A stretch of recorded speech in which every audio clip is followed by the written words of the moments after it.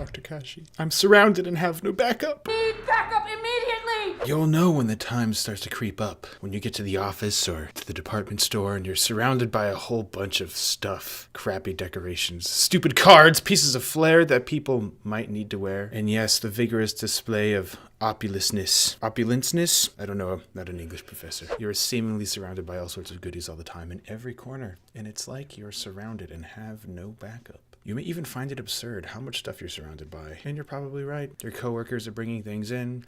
Your boss will more justifiably splurge on purchasing things like food or things that masquerade as food for everybody else in the office, including you. You know how the old saying goes. You hang around the barber shop long enough and you're gonna get a haircut. Now, there's no inherent problem with consuming these foods related to social events or holiday seasons or whatever. There is an inherent issue probably with consistently eating it when you're surrounded by it all the time. There should be a boundary that's set that maybe you don't consume food like that until you've left work. So it's not that you don't consume it at all, but it's that you allow yourself to consume the foods in a controlled situation. And maybe not consuming it at an event or at work prevents you from getting on a landslide and falling off a cliff. And the more days that go by, the easier it will be, and this is doubly true in the context of the so-called holiday season, when you're surrounded by it all the time at work and don't necessarily have to be surrounded by it at home. There's always going to be times where your will is going to be stronger than others, or whatever word you want to use. And there will be a time where you'll give, and identifying those times is important. It's not that you can't have what you want. It's more like you can't have everything you want all the time with no consequences. So there's something that you would like to consume, presumably. Make sure you get it and make sure you're in a position where you're level-headed when you do consume it. And that may not be at work. This is especially the case because once you get the sample, you're going to want the whole scoop.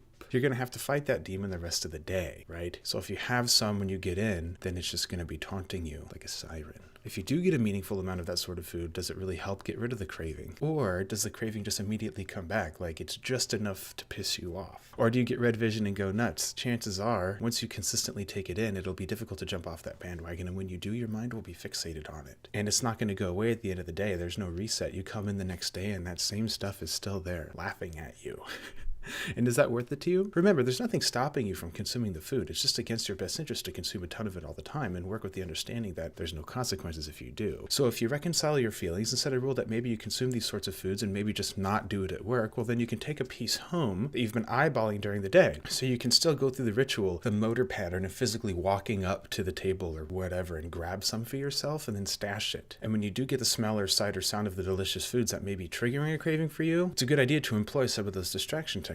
And as petty as it sounds, you can kind of relish in the fact that other people are digging themselves holes. If you're that type of person, I don't think anybody is above that. It's nice to know that you are progressing, and it's good to feel that way. It's okay to feel a little bit smug sometimes, I think, in that regard, especially if it puts you in a better position, which it will in terms of making progress. Now, this has nothing to do with judging other people as much as it is, I am doing what I need to do to be successful. And it's comparing your behavior to your own previous behavior. And there's no need to judge for what they're consuming. But remember, if you're not consuming that, it also means that there's more for them. And if there's more for them, then that's good if it makes them happy. So you're actually doing them a favor. There are ways to distract yourself. And even if it's literally just walking around the building, getting tea or coffee or some other hot drink, bugging somebody else at the water cooler, you can be one of those people, or really just doubling down on whatever project you should actually be doing instead of getting up and grabbing snacks. Because chances are people aren't paying as much attention to their own work, which gives you a tremendous opportunity to get ahead. Ironically enough, the strongest weapon you have in a situation like this is participation. Instead of having to worry about consuming all the treats that are brought in, you can very well produce and bring your own treats for everybody else. And from that point, you can reframe your position into this whole scenario from being a consumer to being a producer. Not only do you swap your frame of reference from being a consumer to being a producer, you will also be able to make other people's days better, and they will like you better for it. Not a bad swap. And you'll get plenty of good reviews from people if you produce things for them that way, and that will help scratch any itches you have. Reconcile that maybe putting down some boundaries about the time of day you consume things like this should be in place. Not a bad idea. Remember, it's not that you can't restrict yourself from having all the things you want. It's more just when you get home from work, you can snag whatever you needed and then consume what it is in moderation in a predetermined amount because you snagged a serving for yourself before you went home. And by that time, you may not even want what it is anymore, which is often the case. And every time you survive the day when you're swimming in all this crap, and make sure to sweat that small stuff because it's not that it's small at all. It's actually a massive accomplishment, and you want to positively reinforce that every time you stick to your point. You're making promises to yourself and keeping them, and that's not something many people are able to do. The stronger you will be, the more you do it. And make sure you're in a position to bring your own food to work, so at the very least you're not hungry. Craving foods and being hungry at the same time is a recipe for disaster. Being hungry and you can have cravings without hunger, you can have hunger without cravings, but if you are hungry and you have cravings, man, that is a multiplier. And lastly, recognize that you can swap your perspective from being a consumer to being a producer. Just bring treats for other people. Let people come to you and enjoy the things that they have produced for them, that you have produced for them, and they'll like you more. You will scratch the itch of participation, and there's going to be a lot of good things coming from them in doing that. Let them enjoy their time, and you can enjoy yours. Lastly, how have you handled these sorts of situations before? Did you pack on a little bit? Did you do it consistently over a few months, especially during the so-called holiday season during the year, or during times certain vendors show up to your office or whatever? Did you consistently consume things that were around you? Do you think it'll be worth it for you to set those boundaries, while at the same time helping make other people happy, which is pretty cool? I think that's a pretty good trade. And it's pretty common for salespeople from their respective vendors to come to your office and entice you. At least that's what happened to me when I worked in laboratory environments. There's always someone bringing cupcakes trying to sell you a $500,000 sequencing machine. It's a good trade, I guess. By the time you get home with the treat that you took, you may not even want it. And so flex that muscle more. The more you flex it, the stronger it gets. You're doing it. Produce. Be a producer. You're